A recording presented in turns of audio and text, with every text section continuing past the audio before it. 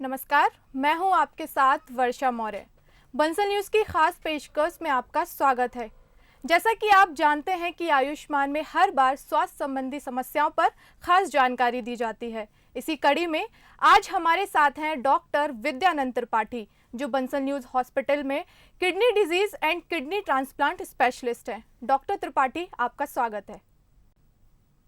आज हम बात करने वाले हैं डायलिसिस के बारे में। अगर आपके भी इससे जुड़े कुछ सवाल हैं तो आप कार्यक्रम के दौरान सीधे हमसे जुड़ सकते हैं। हमारे नंबर लगातार टीवी स्क्रीन पर फ्लैश हो रहे हैं। आप सवाल कर सकते हैं, डॉक्टर विद्यानंद त्रिपाठी से सलाह भी ले सकते हैं। डॉक्टर त्रिपाठी, डायलिसिस क्या है, इसके बारे में हमें विस्तार से बताएं। देखिए, जब भी किसी व्यक्ति की जो किडनी का पेशेंट है, जिसका किडनी अब फेलियर में चला जाता है, जब उसका गुर्दा 90% से कम काम करने लगता है, ऐसी स्थिति में उसके शरीर में जो टॉक्सिन्स हैं उनकी मात्रा काफ़ी अधिक हो जाती है और अगर उन टॉक्सिन्स को शरीर से नहीं निकाला गया तो शायद उस पेशेंट की जान का खतरा हो जाता है। तो डायलिसिस एक ऐसी प्रोसेस है जिसमें इस टॉक्सिन्स को शरीर से बाहर निकालने की प्रक्रिया को हम डायलिसिस बोलते हैं। तो एक तरह से ये एक आर्टिफिशियल किडनी की तरह है कि जो काम आपकी किडनी का है कि शरीर में जो भी टॉक्सिन्स बन रहे हैं जो शरीर के लिए नुकसानदायक हैं, शरीर में एक्स्ट्रा पानी है, कुछ इलेक्ट्रोलाइट्स होते हैं जैसे उनकी मात्रा अनियमित है, इन सब चीज़ों को बैलेंस करने की प्रोसेस को हम डायलिसिस कहते हैं। डॉक्टर त्रिपाठी, डायलिसिस के क्या काम है, इसके बारे में हमारे दर्शकों को विस्तार से बताएं। देखिए, तो जैसा मैंने बताया कि डायलिसिस एक तरह से आर्टिफिशियल किडनी का काम करता है। तो नॉर्मल हमारी किडनी की क्या क्या फंक्शन है हमारे शरीर में, हमारे शरीर में जो भी एक्स्ट्रा टॉक्सिन्स होते हैं वो गुर्दे के माध्यम से शरीर से बाहर निकाले जाते हैं। शरीर में जो पानी की मात्रा का निर्धारण है कि आप अगर 4 लीटर 5 लीटर पानी पीते हैं तो शरीर में यूरिन की मात्रा उसके हिसाब से तय होती है। जितना भी एक्स्ट्रा पानी है वो पेशाब के माध्यम से बाहर निकलेगा, या अगर पानी की शरीर में कमी है तो गुर्दा ऐसे में पानी यूरिन की मात्रा कम करके पानी को बचाएगा। ये काम गुर्दे का है। तो हमारी डायलिसिस के वर्क भी क्या हैं, जितने भी टॉक्सिन शरीर में एक्स्ट्रा हो रहे हैं उनको शरीर से बाहर निकालना, शरीर में पानी की मात्रा का निर्धारण करना, आपके शरीर में जो एसिड और एल्कली हैं इनका बैलेंस जो है वो भी किडनी का काम है, डायलिसिस उसको करता है। आपके शरीर में इलेक्ट्रोलाइट, सोडियम, पोटेशियम, इनकी मात्रा को नियंत्रित डायलिसिस करता है। तो ये सभी कुछ मुख्य काम है डायलिसिस के। लेकिन किडनी के कुछ और काम जैसे हीमोग्लोबिन बनाना हमारे गुर्दे का एक इम्पॉर्टेंट काम है। एक एरिथ्रोपोइटिन हार्मोन सीक्रेट करता है जिसकी वजह से शरीर में खून बनता है, हीमोग्लोबिन बनता है। इस तरह की चीज़ों को डायलिसिस से रिप्लेस नहीं कर सकते, ये काम डायलिसिस का नहीं है। तो मेन मोटा मोटा मैं बताऊं तो डायलिसिस का काम है शरीर से हानिकारक टॉक्सिन्स को बाहर निकालना, शरीर में पानी की मात्रा का निर्धारण करना, शरीर में एसिड और एल्कली इसका जो एक नियंत्रण है उसको निर्धारित करना। डॉक्टर त्रिपाठी, हमारे दर्शक ये जानना चाहते हैं, डायलिसिस की ज़रूरत कब पड़ती है? देखिए, कोई भी व्यक्ति जिसकी किडनी खराब है, इसे हम बोलते हैं क्रॉनिक किडनी डिसीज़। तो जब क्रॉनिक किडनी डिसीज़ का पेशेंट किसी को हम डायग्नोस करते हैं तो उन्हें हम बताते हैं कि समय के साथ साथ उनकी किडनी का फंक्शन कम होता जाएगा, धीरे धीरे उनका किडनी का परसेंट कम होने लगता है।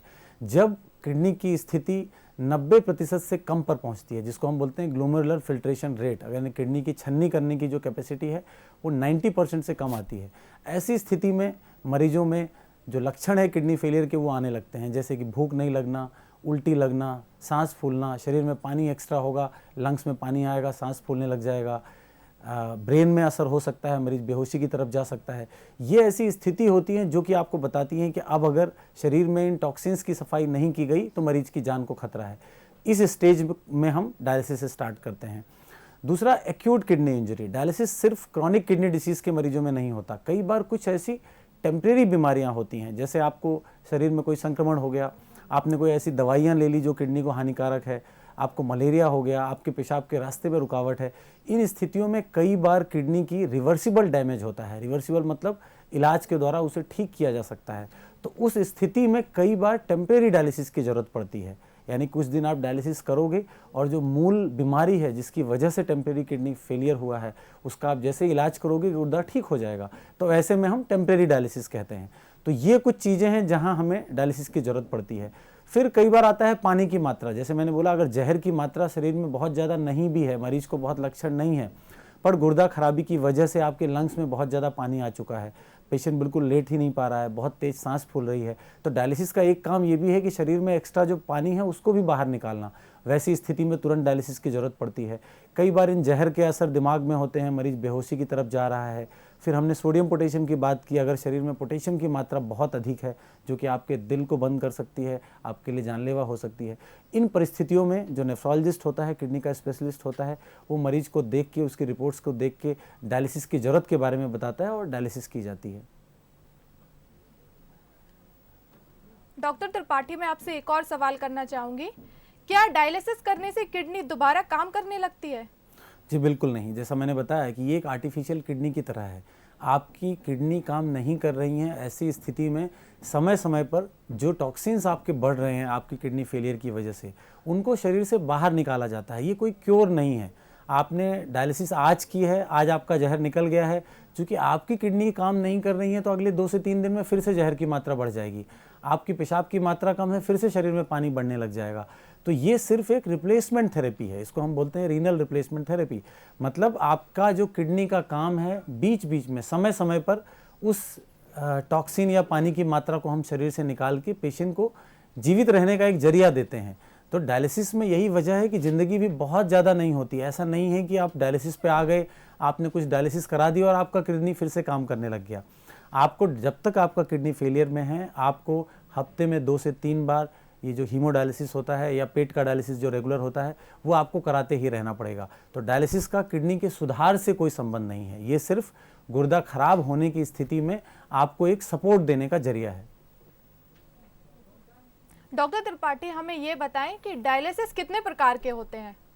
देखिए, अभी मैंने बताया 2 तरह के डायलिसिस होते हैं। जब भी कोई पेशेंट गुर्दा फेलियर का पेशेंट, अगर अब उसे हमें सपोर्ट सिस्टम की ज़रूरत पड़ती है, उसके टॉक्सिन्स निकालने की ज़रूरत पड़ती है, तो हम उसे 2 ऑप्शन देते हैं। पहला ऑप्शन होता है हीमोडायलिसिस, नाम से क्लियर है, ये हीमो मतलब ये ब्लड से संबंधित डायलिसिस है। और दूसरा होता है पेरिटोनियल डायलिसिस, मतलब पेट की डायलिसिस।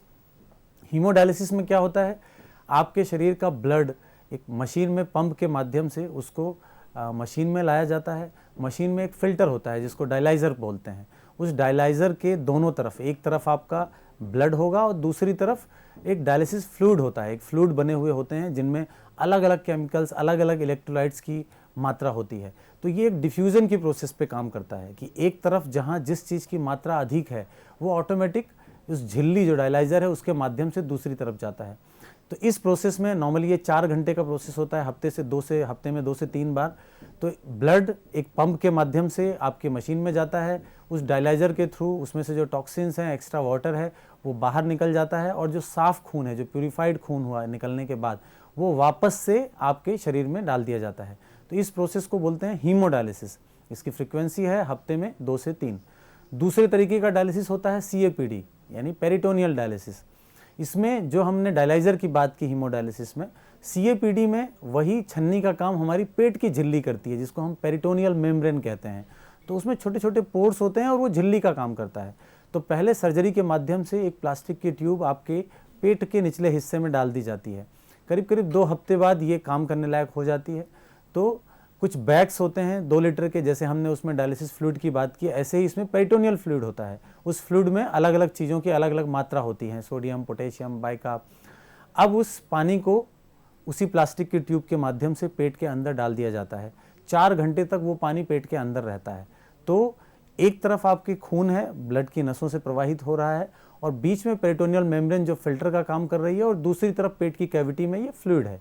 सेम वही प्रोसेस डिफ्यूज़न की यहाँ पे भी होती है और इसमें जो आपके यूरिया है, क्रिएटिनिन है, पोटेशियम है, ये उन्हीं पेरिटोनियल मेम्ब्रेन के पोर के माध्यम से एक तरफ से दूसरी तरफ जाते हैं। कुछ 4 घंटे के बाद जो फ्लूइड बचा रहता है उसको उसी ट्यूब के माध्यम से शरीर से बाहर निकाला जाता है, तो उसमें से टॉक्सिन्स बाहर जाते हैं। ये प्रक्रिया दिन में 3 से 4 बार की जाती है।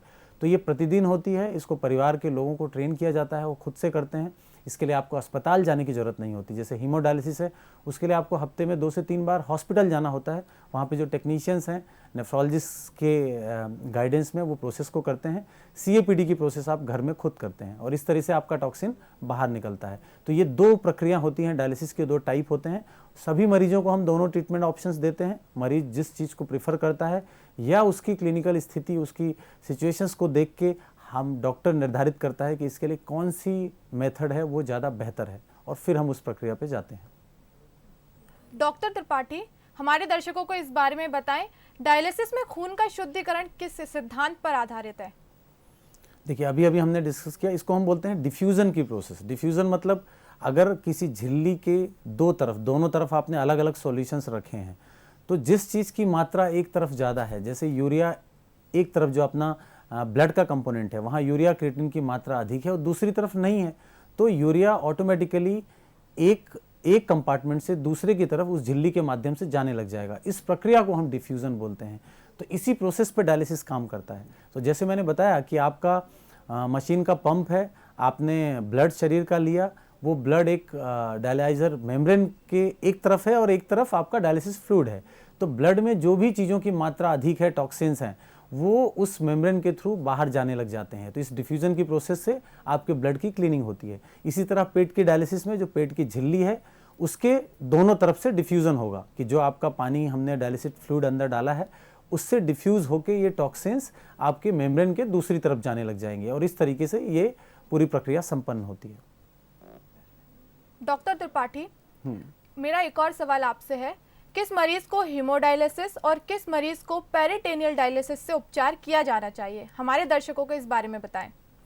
हम सभी पेशेंट्स को, जब भी कोई पेशेंट क्रॉनिक किडनी डिसीज़ का पेशेंट है, एंड स्टेज में आ चुका है, उसका गुर्दा अब 10-15% से कम काम कर रहा है और उसको ऐसे लक्षण हो रहे हैं जो कि उसकी जान के लिए खतरा है, तो ऐसी स्थिति में हम मरीज के परिजनों को, मरीजों को बैठा के सभी तरह के ऑप्शन समझाते हैं। जैसा मैंने बताया, हीमोडायलिसिस प्रोसेस क्या है, पेरिटोनियल डायलिसिस प्रोसेस क्या है। दोनों ही प्रक्रिया सफल हैं, दोनों में ही करीब करीब सेम आउटकम है, लंबी ज़िंदगी जैसी होती है दोनों में करीब करीब बराबर है। तो ये पेशेंट पे हम छोड़ देते हैं कि आप कौन सी प्रोसेस, कौन सी प्रक्रिया आपके लिए आसान लगती है और आपके लिए सुविधाजनक है। तो मरीज जो भी प्रोसेस बोलता है हम उस पर जाते हैं। लेकिन बहुत सी ऐसी क्लिनिकल सिचुएशंस होती हैं जिनमें हम एक प्रोसेस को दूसरी से प्रेफर करते हैं। जैसे कि कोई हार्ट का पेशेंट है जिसका हृदय का जो पंपिंग है वो बहुत कम है। ऐसे लोगों में जो खून की डायलिसिस है उसमें कुछ समस्याएं होती हैं। जैसे आप डायलिसिस स्टार्ट करते हैं, चूँकि डायलिसिस खुद में हार्ट के लिए एक लोड है, तो कई बार बीपी गिर जाता है, बार बार पेशेंट का बीपी गिरेगा, जिसकी वजह से डायलिसिस की प्रक्रिया पूरी नहीं हो पाती, पानी पूरी तरह से निकल नहीं पाता। चूँकि हार्ट की पंपिंग वीक है तो बार बार लंग्स में पानी आएगा, पेशेंट हार्ट फेलियर में जाएगा और इनमें जान का खतरा बहुत बढ़ जाता है। कई बार हीमोडायलिसिस में चूँकि ब्लड आपका सर्कुलेट कर रहा है बॉडी के बाहर, हार्ट पे इतना लोड पड़ता है कि डायलिसिस के बीच में हृदय गति सडन रुक जाती है। तो ऐसे मरीजों में पेट का डायलिसिस एक बेहतर प्रोसेस है। क्यों? क्योंकि उसमें खून आपके शरीर से बाहर नहीं जा रहा है, वो खून का डायलिसिस नहीं है। तो इन मरीजों में हम बोलते हैं कि अगर आपको हीमोडायलिसिस में समस्या है तो आपके लिए पेट की डायलिसिस बेहतर होगी। फिर दूसरा आते हैं हम छोटे बच्चों पे, जो बहुत छोटे बच्चे होते हैं, उनकी नसें बहुत पतली होती है। उन लोगों में जो खून को डायलिसिस मशीन तक पहुंचाने की प्रोसेस है उसके लिए एक वेस्कुलर एक्सेस लगता है, जिसके बारे में अभी हमने डिस्कस नहीं किया है कि ब्लड आपके शरीर से मशीन में कैसे जाएगा। तो उस एक्सेस 2-3 तरह की होती हैं। जैसे कुछ टेम्परेरी कैथेटर्स होते हैं कि आपके गले की जो मोटी नस है उसमें हम एक कैथेटर डालते हैं जिसमें 2 ओपनिंग होती है। तो एक कैथेटर से ब्लड बाहर आता है, वो पंप के थ्रू मशीन में जाता है और क्लीन होकर दूसरे से अंदर जाता है। इसी तरह फिस्टुला होते हैं, एवी फिस्टुला, जो आपको इमेज में दिख रहा है कि हाथ की नसों को ऑपरेट कर दिया जाता है, जिससे जो वेन है, जो पतली नसें हैं, वो तेज बहाव की वजह से धीरे धीरे उनका आकार बढ़ जाता है और वहाँ पे खून का प्रवाह बहुत तेज हो जाता है और बाद में उन्हीं जगहों में सुई लगा के, जिससे खून पंप के से हीमोडायलिसिस के पास जाता है। तो इन्हें वेस्कुलर एक्सेस बोलते हैं। तो बहुत छोटे बच्चों में ये एक्सेस की प्रॉब्लम होती है, खून का बाहर लेना, चूँकि नस पतली होती हैं, बहुत डिफिकल्ट होता है। इन लोगों में पेट का डायलिसिस का सक्सेस रेट बेहतर है, तो इनको हम एडवाइस करते हैं कि आप पेट की डायलिसिस में जाएँ तो बेहतर है। फिर आते हैं डायबिटिक पेशेंट्स, ऐसे मरीज जिनकी नसों में समस्या है। डायबिटीज़ के मरीजों में हम जानते हैं कि नसों में बहुत ज़्यादा चर्बी का जमाव होता है, कैल्शियम का जमाव होता है, जिसकी वजह से इन लोगों में भी एक्सेस ढूंढना मुश्किल होता है। हम फिस्टुला नहीं बना पाते, नसें लेते हैं, उनमें बार बार इन्फेक्शन या क्लॉटिंग की समस्या होती है। इन लोगों में पेरिटोनियल डायलिसिस का विकल्प बेहतर होता है। तो ये कुछ सिचुएशंस हैं जहाँ पे हम पेरिटोनियल डायलिसिस को प्रेफर करते हैं। फिर हम आते हैं मरीज की सुविधा। हमारी कंट्री में ज़्यादातर लोग खून की डायलिसिस में होते हैं, हीमोडायलिसिस में होते हैं, जिसका मुख्य वजह है कि अस्पताल में जाके टेक्नीशियन करता है। हमारे देश में इसका कॉस्ट भी पेरिटोनियल डायलिसिस के कंपेयर में कम पड़ता है, करीब करीब 12 से 15 हज़ार महीने में हीमोडायलिसिस संभव है। फिर जो सरकारी सुविधाएँ हैं, जो जैसे आप आयुष्मान की सुविधा ले रहे हैं और दूसरी बहुत सारी हर स्टेट में अपनी अपनी जो गवर्नमेंट पुअर लोगों के लिए जो सुविधा देती है, तो हीमोडायलिसिस के लिए वो सुविधाएं उपलब्ध है। लेकिन पेट के डायलिसिस के लिए रिसेंटली कुछ स्टार्ट हुए हैं लेकिन अब तक नहीं था। ये वजह है कि हमारी कंट्री में ज़्यादातर लोग खून का डायलिसिस प्रेफर करते हैं और करीब करीब 80-90% लोग हीमोडायलिसिस पे हैं, ना कि पेरिटोनियल डायलिसिस पे। तो इस तरीके से हमारी सारी ये प्रोसेस होती है कि हम चयन करते हैं कि कौन सी प्रोसेस पे जाना है, तो जिसमें मरीज की स्थिति, उसके रिस्क, उसके कॉम्प्लिकेशंस और उसकी अपनी खुद की चॉइस कि उसके लिए क्या सुविधाजनक है, हम उस बेस पे डिसाइड करते हैं। एक और चीज़ इसमें है, अगर कोई व्यक्ति बहुत दूर दराज एरिया में रहता है, बहुत दूर 300 किलोमीटर दूर गाँव में रह रहा है और वहाँ कोई डायलिसिस की सुविधा ही नहीं है, तो ऐसे व्यक्ति पे हीमोडायलिसिस बहुत मुश्किल होगा। उसको हफ्ते में 3 बार 300 किलोमीटर दूर किसी अस्पताल में जाना बहुत मुश्किल है। इन लोगों में भी पेट का डायलिसिस हम प्रीफर करते हैं, क्योंकि ये प्रक्रिया घर में की जाती है, आप घर में रेगुलर करते हैं, आपको ट्रेनिंग दी जाती है और महीने में एक बार आप अपने डॉक्टर के पास आके कि उस प्रोसेस को कैसे चेंज करना है, अपनी ज़रूरतों के हिसाब से कैसे उसके एक्सचेंजेस बदलने हैं, आप डॉक्टर की सलाह अनुसार बदल सकते हैं। तो ऐसे लोगों में भी पेट की डायलिसिस प्रेफर की जाती है। डॉक्टर त्रिपाठी, इस वक्त बालाघाट से हमारे साथ दिनेश जुड़ गए हैं। जी दिनेश, स्वागत है बंसल न्यूज में। अपना डॉक्टर से सवाल करिए। जी मैडम जी नमस्कार। डॉक्टर साहब आपको भी नमस्कार। नमस्कार दिनेश जी, बताइए आपका सवाल क्या है? सर मैं अपनी व्यक्तिगत राय बता रहा हूँ। जी सर, इसके पहले मैं अल्कोहल लेता था और मतलब जो गुटखा उटका होता है ना, हाँ, ये भी यूज करता था। लेकिन सर जैसे दोनों टाइम लेते थे मतलब अल्कोहल, लेकिन उसमें क्या था कि जैसे हम सुबह के टाइम उल्टी टाइप की होती थी, उल्टी टाइप में कड़ू कड़ू पानी निकलना है ना और हल्का पीलापन निकलना। सर ये इसके क्या लक्षण है? देखिए, आपने जो लक्षण बताए ये बहुत ही कॉमन लक्षण है। आप जैसे बताया आपने अल्कोहल का सेवन करते हैं, अगर आप बहुत लंबे समय से अल्कोहल का सेवन करते हैं तो लीवर पे असर आ सकता है और लीवर फेलियर के भी यही लक्षण है। भूख नहीं लगना, उल्टी जैसा लगना, बहुत कमजोरी लगना, यही लक्षण किडनी के भी होते हैं। तो अभी तो आप जो हिस्ट्री बता रहे हैं कि आप अल्कोहल बहुत ज़्यादा लेते हैं, तो ऐसी स्थिति में लीवर की समस्या हो सकती है, आपके पेट में छाले हो सकते हैं जिनकी वजह से दिक्कत हो सकती है। तो मेरा आपको सुझाव है कि आप आसपास अपने किसी फिजिशियन को दिखाएं जो मेडिसिन के डॉक्टर होते हैं। वो आपके रूटीन टेस्ट करेंगे, बहुत छोटे बेसिक टेस्ट होते हैं, लीवर के टेस्ट, किडनी के टेस्ट, पेशाब के टेस्ट, जिससे बहुत आसानी से पता किया जा सकता है कि आपके जो लक्षण हो रहे हैं, आपको जो समस्याएं हैं, ये किडनी की वजह से है, लीवर की वजह से है या कोई और समस्या है। तो आप डॉक्टर से तुरंत सलाह लें। डॉक्टर त्रिपाठी, अक्सर हम ये जानते हैं कि मरीज जब भी इलाज करने के बाद घर लौटता है तो अक्सर उसके मन में ये मंशा रहती है कि वो क्या खाए, उसका खाना किस तरह का रहे। तो मेरा इसी से जुड़ा आपसे सवाल है, डायलिसिस शुरू करने के बाद मरीज को आहार में परहेज रखना चाहिए, क्या ये ज़रूरी है? जी बिल्कुल, बहुत ज़रूरी है। किसी भी किडनी पेशेंट के ट्रीटमेंट का एक बहुत इंपॉर्टेंट हिस्सा होता है उसका खान पान। तो पहले तो मैं आऊँगा कि ऐसे लोग जो कि डायलिसिस में अभी नहीं हैं, जिनको हम बोलते हैं pre dialysis chronic kidney disease, इन लोगों में आहार कैसे उनको बताते हैं। सबसे पहली चीज़ है प्रोटीन का इंटेक। जब भी आपकी किडनी ख़राब होती है, अगर आप प्रोटीन का सेवन बहुत ज़्यादा करते हैं तो किडनी खराबी की जो गति है वो तेज़ होती है। तो इन सभी लोगों को हम बोलते हैं प्रोटीन का सेवन कम करें। तो मुख्य रूप से इसमें आते हैं एनिमल प्रोटीन्स। अगर आप नॉनवेज खाते हैं तो उसको रोक लें। वेजिटेरियन डाइट में बहुत ज़्यादा प्रोटीन नहीं होता, इसलिए इसका भी ध्यान रखा जाता है कि प्रोटीन की कमी इतनी भी ना हो कि आपको प्रोटीन की कमी हो, जो कि और दिक्कत वाला हो सकता है। तो एक तो प्रोटीन का हम एडवाइस करते हैं। फिर आते हैं पोटेशियम, जो बहुत इंपॉर्टेंट है। किडनी का काम होता है शरीर में पोटेशियम को बाहर निकालना। तो जब भी आपकी किडनी का काम कम होता है, आपके शरीर में पोटेशियम बढ़ने लगता है, जो कि बहुत ज़्यादा रिस्की है, आपके जान का खतरे का भी कारण कई बार बन जाता है। तो इसके लिए जिन चीज़ों में पोटेशियम ज़्यादा होते हैं, जैसे फल के जूस हैं, नारियल पानी है, हरी पत्तेदार भाजियां हैं, टमाटर हैं, आलू हैं, इन सब चीज़ों में पोटेशियम की मात्रा अधिक होती है। तो इसके लिए मरीज को मना किया जाता है कि ना लें। फिर आते हैं, हमने एक बात डिस्कस की कि किडनी का काम होता है शरीर में पानी का निर्धारण करना। तो अगर किडनी के पेशेंट में पेशाब की मात्रा कम है और उसके शरीर में सूजन आ रही है, तो अगर वो पानी का मात्रा बहुत ज़्यादा सेवन करेगा तो उसके शरीर में सूजन आने लगेगा। ये पानी लंग में भर सकता है, सांस फूल सकती है। तो पानी की मात्रा हम कम करते हैं ऐसे लोगों में। उन्हें बोलते हैं कि आप 1 से 1.5 लीटर ही पानी का सेवन करें, जिसमें आपके दूसरे पानी जैसे चाय है, दूध है, दही है, दाल का पानी है, इन सबको मिला के। तो ये मरीज़ की स्थिति पर डिपेंड करता है। बहुत से किडनी पेशेंट ऐसे भी हैं जिनको पेशाब नॉर्मल आता है, सूजन नहीं है, उनमें पानी का कमी नहीं किया जाता। फिर और भी चीज़ें हैं, जैसे फॉस्फोरस जिन चीज़ों में ज़्यादा है, मिल्क प्रोडक्ट्स में, उनको कम किया जाता है। आपके ड्राई फ्रूट्स को बोला जाता है कि इनको कम सेवन करें। तो इस तरीके से नमक की मात्रा कम करें, क्योंकि आप नमक ज़्यादा लेंगे तो आपका बीपी बढ़ेगा, आपके शरीर में पानी रिटेन करेगा, आपको सूजन होगा। तो ये सारी चीज़ें हम सभी किडनी पेशेंट को एडवाइस करते हैं। जब आप एक बार डायलिसिस में आ जाते हैं, उसके बाद सभी परहेज चलते रहते हैं। सिर्फ अंतर क्या होता है, प्रोटीन का इंटेक हम बढ़ा देते हैं। जैसे नॉन डायलिसिस पेशेंट में हम बोलते हैं 0.8 ग्राम पर केजी, जो कि यहाँ पे आ जाता है 1.2 ग्राम पर केजी तक। तो हर डायलिसिस के पेशेंट, चाहे उस पेट की डायलिसिस पे हो चाहे खून की डायलिसिस में हो, उसको प्रोटीन का सेवन अधिक करना होता है। एक नॉर्मल आदमी से भी अधिक उसको प्रोटीन की ज़रूरत होती है। और इसका एक वजह यह भी है कि डायलिसिस में भी कुछ मात्रा में प्रोटीन का लॉस होता है। तो हम उन्हें एडवाइस करते हैं कि आप नॉनवेज लेना चाहते हैं बिल्कुल लें, आप अंडे का सेवन करें, पनीर का सेवन करें, इसको बढ़ाया जाता है। लेकिन पानी की जो मात्रा कम करते हैं, पोटेशियम की मात्रा कम है, नमक की मात्रा कम है, ये सब चीज़ें परहेज वैसे के वैसे बने रहते हैं, उनका बहुत ध्यान रखना होता है।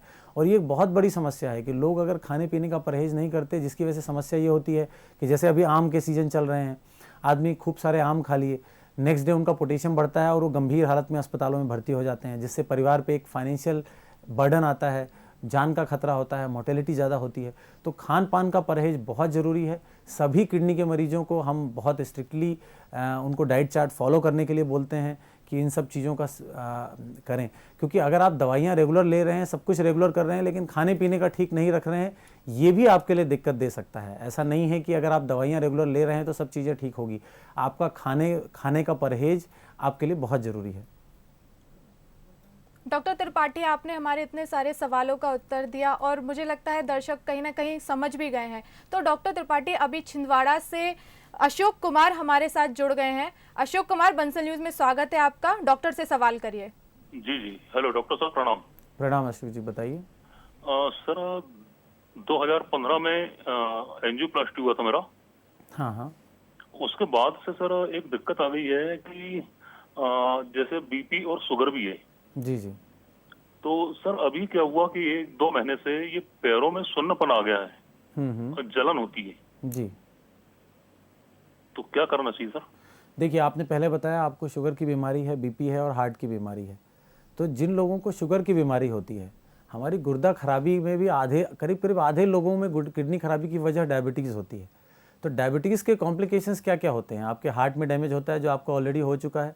डायबिटीज़ की वजह से किडनी में असर आता है, जिसमें जो किडनी की छन्नियाँ हैं उनमें लीकेज होते हैं, प्रोटीन लीक करता है और धीरे धीरे करके आपकी किडनी फेलियर में जाती है।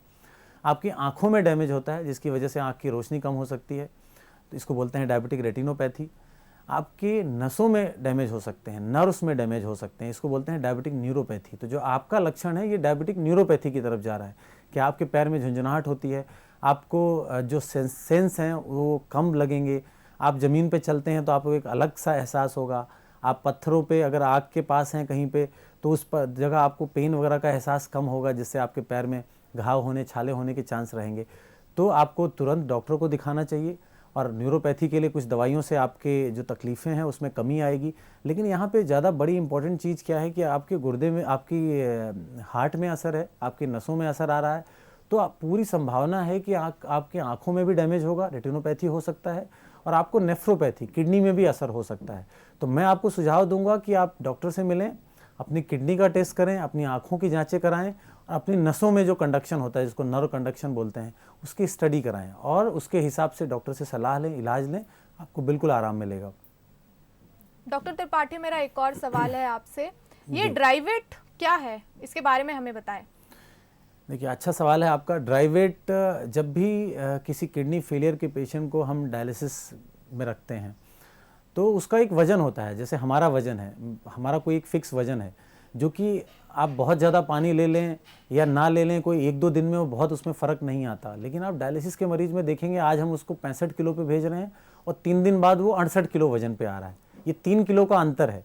ये 3 किलो का अंतर क्यों है? जो इन 3 दिनों में उसने पानी का सेवन किया है। अगर उसको पेशाब नहीं आ रहा है तो जितना भी पानी ले रहा है वो इकट्ठा होता जाएगा।